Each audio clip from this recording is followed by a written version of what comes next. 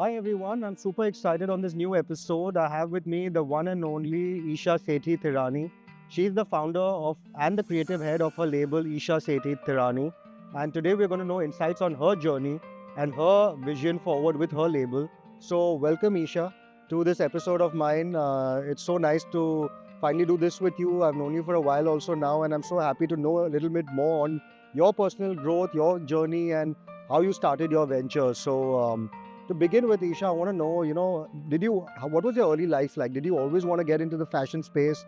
Were you always interested in fashion? Little bit on that. Sid, I'm a Calcutta girl at heart. I was born and brought up in Calcutta. And I did my schooling from the Martiniere. I graduated from St. Xavier's in Kolkata. And I went on to do my master's from Lancaster University in the UK. And honestly, the plan was never to be a fashion designer. I did my master's in human resources and knowledge management. Not many people know that. But when I came back from the UK and, I was looking for job opportunities, but I really wasn't finding anything exciting. And at that point, my mother, who's been in the fashion industry for about 25 years now, was running a multi-label store in Kolkata in Queen's Park, where she was selling established brands from across the country. And, I just was looking to buy time to find the right job. And I decided to, join her, lend her a helping hand at work. And once I started working with her, I realized that, there was something that was pulling me to the fashion industry. There was something that sort of resonated with me where I felt like, okay, this is something that I can try my hand at. And oddly enough, I remember there was this wedding that I was invited to, and I decided to design my own clothes for the wedding. And I quickly sketched something and put it on paper. And then, luckily for me, I had that foundation already set for me because my mom had the production team and she had her tailors and everyone. So I just gave my sketch to the master, and I remember I designed like this bodycon dress which was up until my calves, and I paired it with like a lehenga which was cropped at the ankle, and I styled it with combat boots. So it was a very non-Indian look, but I attended the wedding wearing what I had designed, and a lot of people came and told me, Isha, we're really digging this look, and you already have this platform. You have a store. Why don't you start designing, and why don't you start selling? And I think the idea sort of germinated from there that this is something that I could be really good at and I want to try my hand at. And so EST as a brand started there. And I think a year or two into it, I launched my label from the multi-label store. I was one of the label amongst many. And so that's where the journey started. And today it's been 11 years into the brand. Oh, And wow. I'm happy to see where we've come. It's been a long way. Yeah. Oh, you've been so successful, and I keep seeing, so many celebrities, in fact, wearing your brand, and it's so well designed. In fact, I had come to one of your shows also, at which you had with recently in Calcutta, and it was so nice. Every outfit was, speaking for itself.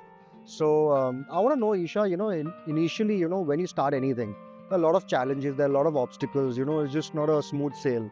So, I'm sure you must have faced a lot of challenges also, whether it comes to designing, whether it comes to how to take your brand forward, or what were those challenges for you? I think, Siddhant, for one, because I had no formal background in design, I felt that I really needed to understand the technical know-how. I didn't have the know-how because I didn't have a formal education in design. And, I couldn't sew, I couldn't stitch, I could barely thread a needle. And I think that was very challenging because it was, I was very, I could very easily put my vision on paper, but in order to translate it into reality, I was really struggling it because I realized that I wouldn't be able to deliver the quality or the fit that I wanted to if I didn't have the technical know-how. So I decided to take 1 year out to do a foundation program in fashion design. I did that from Kolkata only. And I think that really helped. And moreover, I think over the years, I realized, Sid, is that, um, the passion for fashion and the passion for design is one thing, but the business of fashion is a completely Different ball game. ball game altogether. Yeah. There are so many things that go into building a brand. It's your supply chain, it's your carriers, it's your craftsmen, it's your team. You need a really good team. It's sales, it's client interactions, there's social media, there's advertising, there's marketing. And I think at one point I got really overwhelmed that, how am I going to be able to do so many things? And how am I going to be able to put my brand out there? So that was a huge struggle. But luckily for me, I did. I was not a very social person, but I realized that if I didn't go out there and meet the right people and didn't network enough, I was missing out on a lot of opportunities which I could have grabbed. And I think that really helped me learn about how to really build a brand and how to really go about doing it and how to make your brand visible. Apart from that, I think I also faced a lot of rejections. When I started off, after a few years, I realized that I was ready to take the brand outside of Kolkata. I wanted to be present at other cities. And I approached a lot of these multi-label platforms across pan-India. And I think 70 to 80% of them rejected me the first time I approached them. And, I think the fact that I held my ground and believed that I think it would eventually come to me when I was ready, and believed that if I was to, how do I put it, take their feedback constructively and fill in the gaps that I had in terms of my brand plan, then that would eventually come to me. And luckily for me, today I'm available at almost most of the prevalent multi-label stores, both online and offline. Yeah. And we were talking about this before. I also applied for Lakme Fashion Week twice, and I got rejected both times. But eventually went on to doing a runway at Paris Fashion Week, which was a huge milestone, at least in my career. It was an exhilarating experience. So I think all of these sort of struggles or obstacles have made me grow as a person, and also I think made me better at what I do. Okay. That's really good. Yeah. I think that the never to die attitude which you have, in today's time, I think that what takes us forward. There's always something better for us, in store for us. And I think, the vision and the forward, and especially the work. I've seen you personally doing so much hard work with all the new stuff you're doing, and bringing new designs to the table. So I'm sure and anything, the creative space is so important in terms of your creativity, your thinking. You have to be at a very peace of mind, I would say, to think of designing different things and to bring, because there's so much competition today. But like I said, that's what I was saying, that, the business of fashion is so different because, there are days that I will have to go without designing because there's so many other aspects of the brand that I need to look at. You have to be, relevant Right. at all points of, trends change, and there's so much competition in the fashion industry now. So in order to stay relevant, there's so much more you need to do other than just having a good product. True. So, I just feel like if you, it's like how do I put it? It's like you have to have a really good, well-oiled machine, and all these parts kind of need to function very smoothly in order for your brand to thrive. Tell me something, no, Isha. So now I'm sure you must have a vision forward with your label, that you've been in this space for almost 12 years. So, where do I see another 5 years down the line? Where do I see your label? What is that you want to achieve? And where do I see, do I see it globally? Do I see it all over India? Or where do I see your label or your vision? See, Sid, I'm someone who's very hungry for fame. And I think, so all this while, I think our USP has been for fusion, contemporary Indian clothing. And what I've wanted to do for a very long time now is launch my own bridal line, where I want to offer to my brides, bridal wear that is affordable and at very competitive prices, because I think there's a huge gap in the market. Either you don't have to spend a lung or a kidney over buying an outfit from EST, if that's the plan, where we want to provide good quality bridal wear but at very competitive prices. So that's my plan. That's my goal for me to launch the bridal line maybe in the next year or two. We've been working on it for about a year and a half now, and also to grow my Pret label, which is other label, which is a relatively new label. It's fairly young. We are just almost, I think this is our 4th year now.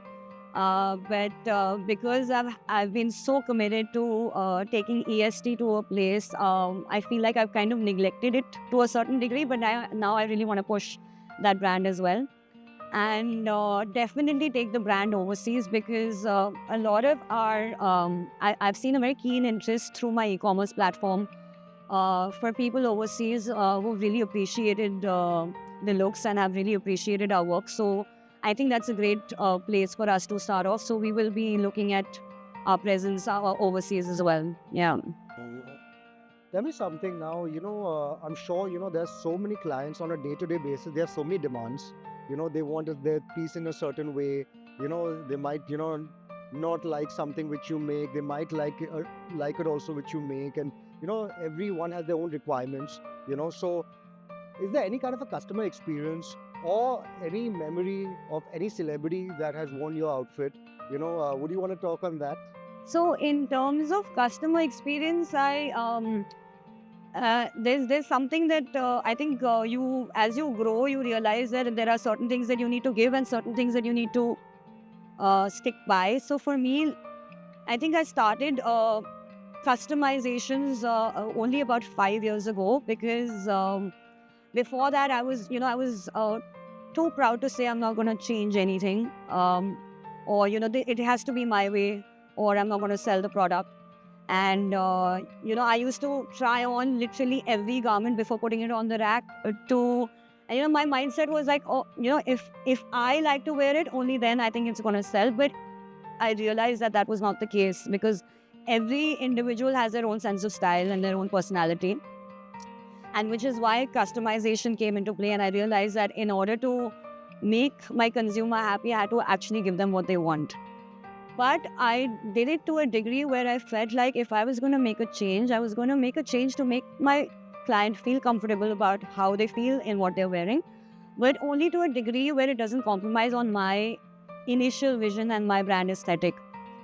And in terms of celebrities, I think my most prized moment was when Deepika wore one of our looks from other label. Oh wow! It was very early on. It was, I think, 1 year into launching the label, and she's one of the top actors in our industry today. So for her, donning an other label outfit was a huge moment for me. Yeah, and I think it's a dream. She's so gorgeous. And I think it's a dream for any designer for to style her or make her wearing your outfit. So I think kudos to you.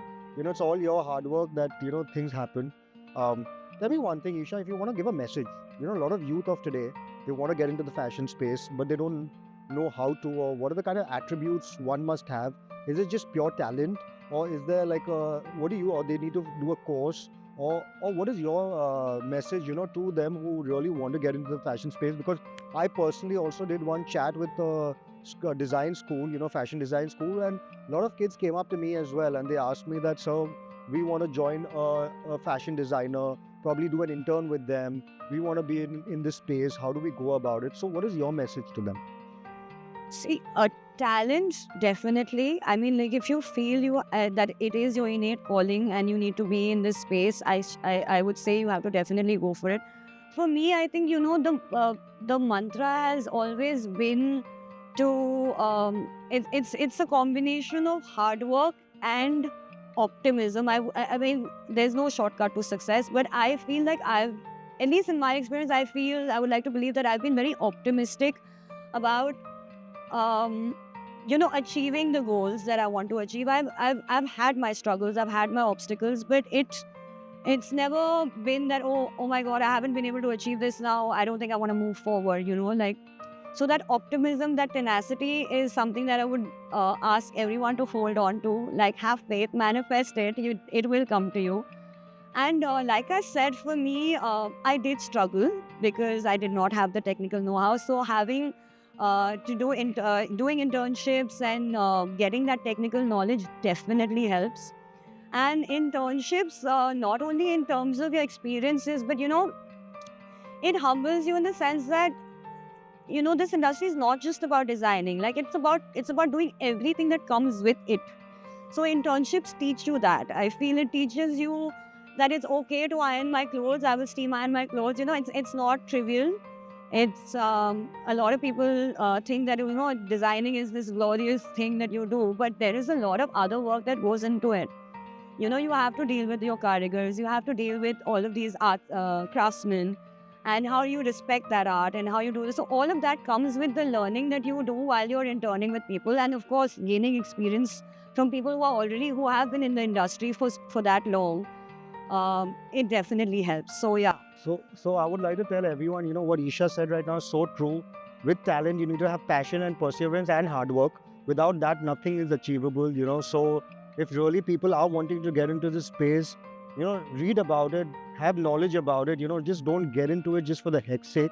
So that is very important. And what she said is also so, this kind of a message is, a lot of people ask me as well, I also tell them that, do a research, if you're really wanting to get into this space, do a research, see if you're really made for this. There might be that you might not be made for this, you might just want to do this out of a hobby or a passion, but if you're really passionate, you're breathing in and out, this kind of a trade, then definitely I would say that you should definitely try it.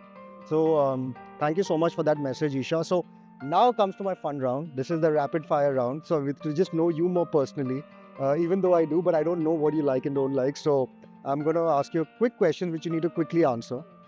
So my starting question would be, your top 3 celebrities, it can be Hollywood or Bollywood, where you would like your brand to wear them. They should be wearing your brand. Well, there's so many, but I think my top 3, my top would have to be Meera Kapoor. I think she has a level of sophistication that I really admire, and I think she can make any outfit work.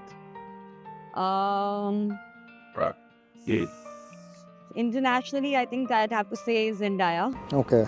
I think she can She's- even make a bad Yeah, outfit yeah, yeah. look She's fabulous. fab, dude. Yeah, so these two at the top of my hat.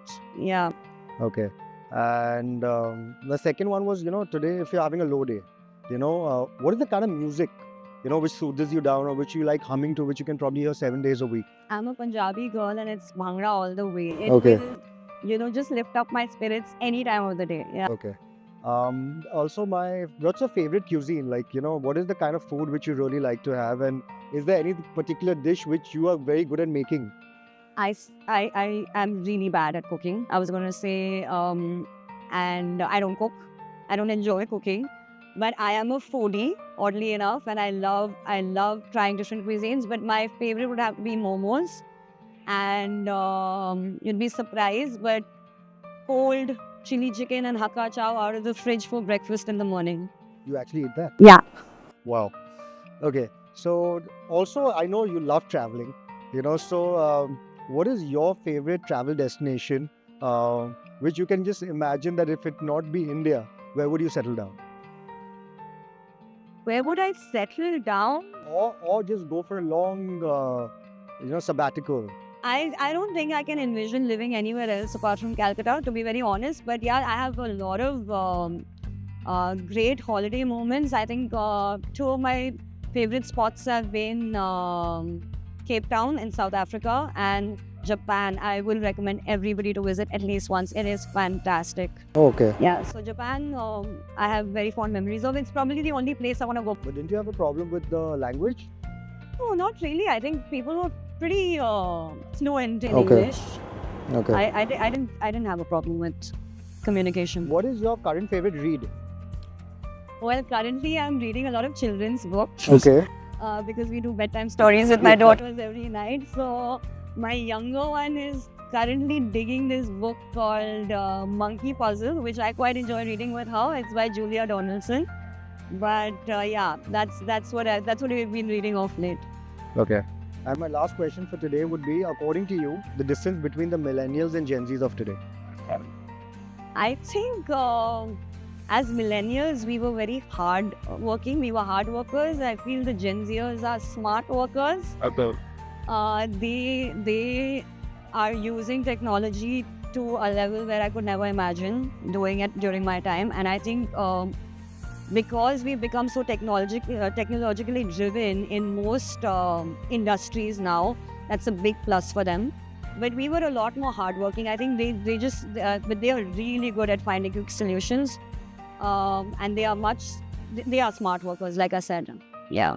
So thank you, Isha. That comes to an end of the episode. It was such a lovely time chatting with her and knowing her journey, her vision forward with her label, and we're wishing her all the very best for all her future endeavors. So thank you once again for this chat, and it was a fun chat with you, and I really wanted to know your journey. So thank you once again for this. Thank you so much for having me. It's been a pleasure. Thank you.